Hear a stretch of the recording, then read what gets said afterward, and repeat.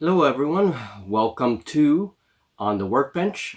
This is a series where I show my terrain builds and we discuss all kinds of very low budget builds, very low budget materials for the most part. And this series usually uploads at the beginning of every month. Okay, so hopefully, usually at the first week of the month, depending on how things go. So here we are today in my secondary studio, and I had to close the studio today because of air quality. It just wasn't really good out there today, so took a break from the studio today, but here we are. And what I want to do with this video is show you guys the mist maker that I made. And this little project was not very difficult, and this is something I wanted to do for a long time. Having mist effects in your boards can be really cool. This is a mist maker from the brand Polacco, and you can find it on Amazon. Okay, so let's go to the craft bench and check it out. So here is the setup. It's a very simple setup. Here is the mist maker machine, and here is the water reservoir. And then here is a piece of cardboard base that I'm going to use. And then the idea is to use this spray foam which expands, and we're going to make the rock work. So attach it from the lip here down, let it expand. And first things first, I think I'm going to glue the container to the piece of cardboard. That'll be the best thing. So we can move this out of the way and begin with that. And so what I want is some rock work, and we're going to then cover it. We're going to make a lid for it as well with rock work. Okay, so first things first, after the container is glued with some hot glue onto the cardboard, I make a ring of this foam material. And then we're going to do some cross lines. And I'm wearing some gloves because I don't want the stuff on me. You know, it's very sticky and difficult to get off your skin. So I'm just going to wear some gloves on this hand. And now we're going to do some cross beams.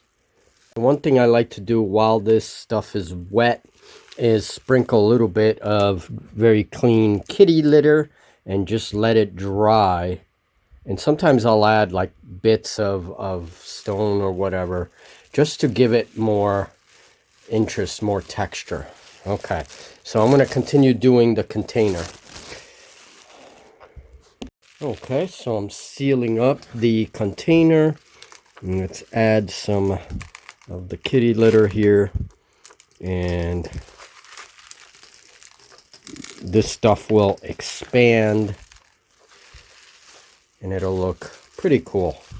Okay, so it's a good idea to let things dry a little bit before continuing. I'm going to let it dry and expand, and this way I know which areas need the most attention, probably around here. And then that's it. We've finished the bottom part, at least in terms of the rock work. With a piece of cardboard, I just guide the foam a little bit and make sure it sticks, and it creates little indentations and things while it dries. And if any spots look broken up or whatever, I can always add a little bit more foam. And that's it. Let's let this bottom part dry, and we can continue from there. So while this dries, I want to have a cover on it. So here is the cardboard that I cut for it. And now I'm going to add some foam to the lid. So to the lid, I also add some larger like stones. Let them embed into the soft material. And later we can carve this up a little bit. And even now, just like remove some of that lumpiness, so it doesn't look like intestines, and just give it like some rough edges. And as it expands and reforms, it'll look good. Okay, but I'm going to let this dry, and if we need to carve into it a little bit, you can sculpt this a little bit. Just let it dry and see what happens after it expands. So this stuff still needs to dry a little bit, but it's pretty good. And there are some holes in the plastic, in the foam there, and that's fine because I want the LEDs to kind of show through those areas. That's fine. So then what I do is around some of the lip, I add a little bit of hot glue and then sprinkle kitty litter. Same thing down here for the little areas of exposed cardboard. Okay. And when we paint that and decorate that with some flocking powder, it'll go well. Now this lid is going to be removable. It's also going to stand a little bit off this rock work, and that's so that the steam can kind of come out of here, the mist.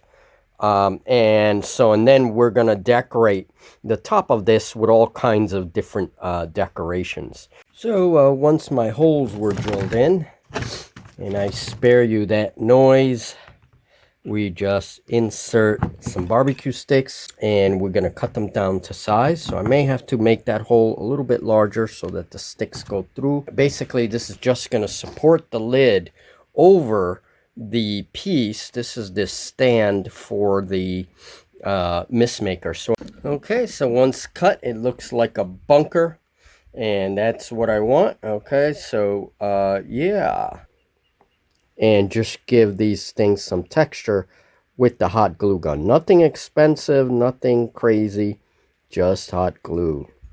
And then what I do is sprinkle a little bit of this kitty litter onto the wet glue, and that's it. For the lid, I used some hot glue and then sprinkled some kitty litter on it. Then later I go over it with a brush and glue, white glue, and that will fix the glue on. And then for these areas, for these sides where the corrugation still shows, we're going to use some hot glue and just cover those areas up. And then I use a little bit of kitty litter as well. That gives me a nice rough area, and it covers up these like corrugation areas. Those are the two primary pieces. I just have to wait for the lid to kind of dry. And then once it dries, I'm going to decorate this with moss, craft moss. Once everything is painted, we can decorate these things with craft moss. And there it is. I'm going to put some skulls and some other stuff, some other pieces of terrain up here just to decorate it. And I would like this to be modular. It's just going to sit on top there. I add some hot glue to the lip of the plastic here. Just texture that. And this is almost done. We can test it. Okay, so I just gave it a base coat of flat black primer by Rust-Oleum, and then a little bit, as the paint is still wet, I spray it with a little bit of the camouflage tan, also from Rust-Oleum, and it gives it this nice, you know, if you can catch the black wet, it kind of mixes it a little bit and gives it this nice kind of ground color. I don't know, I really like it, so that's the way I do it. But you can do it to whatever your rocky heart desires. This makes an excellent bunker. If this piece was shallower, I can make an artillery. Here's one of my old artillery pieces that I made, and place that in there, and you have a gun emplacement, a bunker. Excellent for like bunker terrain. I just wanted to make note of that. But okay, so to make a rough skull shape, I took a dome of tinfoil. So I made this little dome of tinfoil. Then I attached this longer piece, which becomes the brow of the skull. And we just added this middle piece here. Okay, so that's going to make a very rough skull shape. And we're going to put this here, right? We gotta add the nose though. So I'm gonna add a triangular nose. So here is a V-shaped, okay? And just, it's a little bit big. We're gonna make it a little smaller, and we'll see. Okay, so very carefully just kind of add, with the stick, I kind of shape the areas that I want. I've already added my gravel, and so now keep in mind that when you do this, you do stop its ability to fully expand, which is okay in this case, but yeah, that's it. So there's my little skull head. We gotta let this dry completely, then we'll do the paint job. Same paint job that I did for the surroundings, we'll do it for the skull, and it'll match more. Maybe do highlight the skull a little bit more so it stands out. I mean, really, that's up to the builder. You know, it's very subjective. But I'm also gonna put, there we go. All right. Stone skull. We'll work more with this in the future if you guys want to see more of this kind of work. I am sculpting with tinfoil now, so I can show you the tools. Okay, so here is the finished terrain piece, and all I did was added a few plastic plants to the top here. Okay, and then to the bottom lips, I added some crafting moss with hot glue, and I just cut pieces of moss, linear pieces of moss, and then also along the lip edge here. And the mist maker goes right in here. Okay, and here's the device. And I already tested it. We're gonna see it, but basically it goes in there, and then we cover up our piece. And there we go.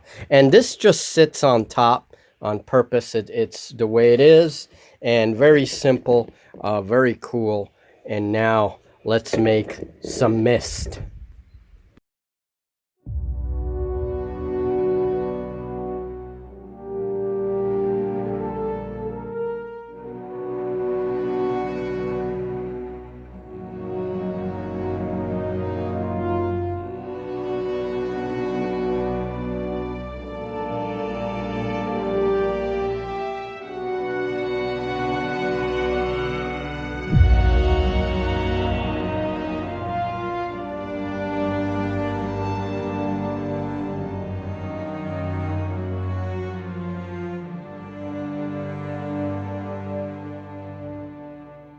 So that is all, folks, and if you want to help support the channel, you can head over to Wargames Vault and check out Scratch Builder Monthly.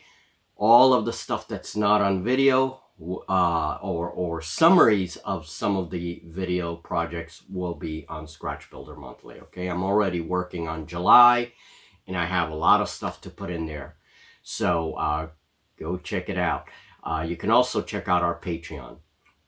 All right, so the cool thing about the mist maker is that, first of all, it generates very little mist. So it's like a 7-inch diameter or something, depending. If you put a little fan nearby, which is what I do, it kind of blows the mist a little bit and it reaches farther into the table. And one thing to keep in mind is that the mist maker does need water, and it uses heat to generate that mist. And so the mist is very fine, so it's not going to soak things. But the little mist maker does bubble. It like bubbles up a little bit as when you plug it in. It bubbles. It has the LED lights. And as it bubbles, you do have to be careful because water does come out. Now, one thing I've done is I've kept the mist maker outside of the board and had a fan to blow the mist into the board.